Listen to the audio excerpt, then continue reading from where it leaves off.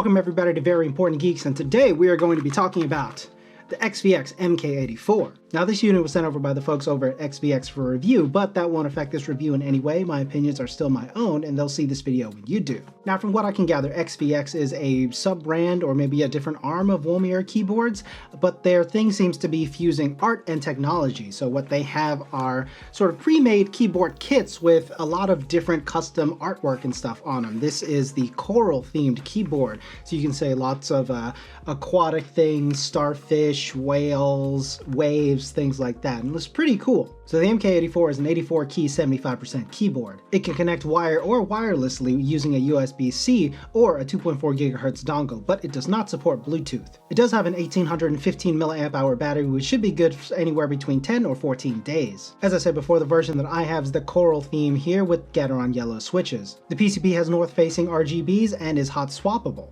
and supports 3 or 5 pin switches. It also comes with a white aluminum plate and plate mounted stabilizers. And speaking of RGB, this keyboard supports 19 different RGB backlit modes with 9 different colors and 5 brightness levels. So let's take a look at what comes in the box. And inside the box you have the USB-C, all nice and wrapped up, a wire keycap puller, and a pretty terrible switch puller. Use a different one. And in its own nicely packed PE foam case is the keyboard itself. And you'll notice it's not like a traditional 75% with the exploded layout, but rather more like a 65% with the extra column on the right and the F-row on top. Now what's unique about these keycaps is that it comes in their XVX profile, which looks to me to be some sort of cross between like the OEM sculpt of the keycaps themselves and then the really smooth sides of, say, an XDA profile. And I really like their XVX profile. It makes the keys really comfortable to type on. The extra height on the F-row makes them really easy to hit. Now obviously there's a lot of coral and sea theming on the keycaps. Print job is actually really good for the Diety PBTs. I'm not the biggest fan of the font choice that they have on here. I prefer more of a modern minimalist type font on keycaps, but it does fit the theme really well. The only difference I see is that the print job on the keycaps isn't quite the same as the print job on the case itself. Now, both the print jobs are really good. The die sub on the keycaps is really good, but I honestly think that the artwork and the print job on the case itself is better. Like, this is very vibrant, very clean.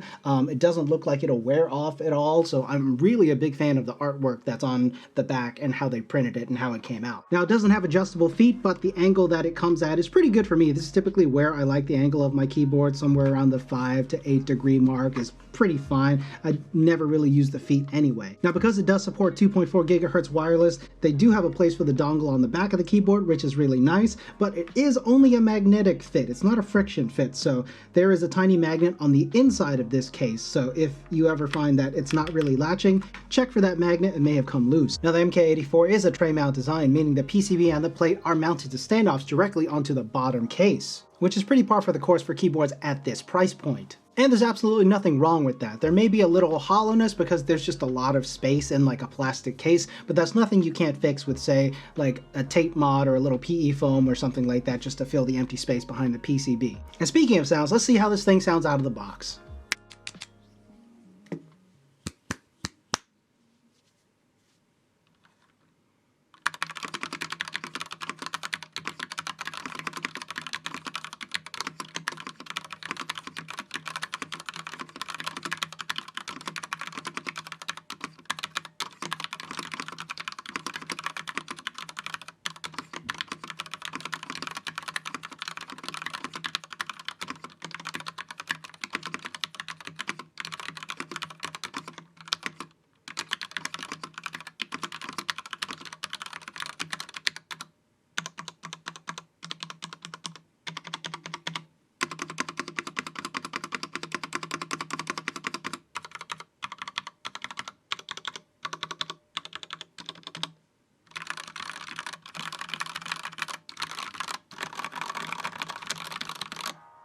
And before we continue, if you ever thought that your keyboard needed more aquatic life, go ahead and hit that subscribe button, hit that like button, hit that notification bell so you know when I upload more nonsense. Now, because this was so easy to take apart, I decided, why not just see and what this would sound like with just a few mods. So I took the PE foam that it was actually shipped with and just stuck it inside the case, and then I did the tape mod on the back of the PCB, and this is what it sounds like now.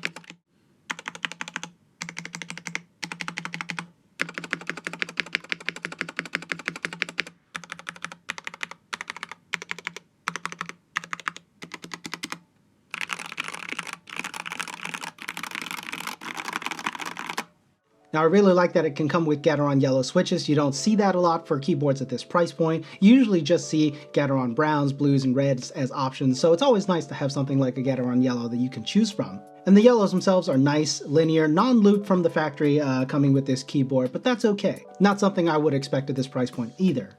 But it is hot swap, so put whatever you want in there. The MK84 is really good for the price, considering you get the custom artwork, you get the custom die-sub PBT keycaps, you get wireless connectivity, you get USB-C, you get the custom painted case, and I think for less than $100, it's a really good deal. And in the current sea of budget keyboards where you typically see monochromatic colors, white, black, and grays, and those are your only options, it's kind of refreshing that they offer nicely themed, very colorful, very unique keyboards right out of the box. So if you're looking for something a little fun, a little different, that won't break the bank, and if the MK84 sounds like a good option for you, I'll leave a link in the description below. As always, thank you guys so much for watching. Stay tuned, we got a couple new keyboards coming, we've got some new switches. These are the Holy Panda X's that I'm hoping to review soon. Don't forget to hit that subscribe button, hit that like button, hit that notification bell, support me on Patreon if you can, and until next time, geek out.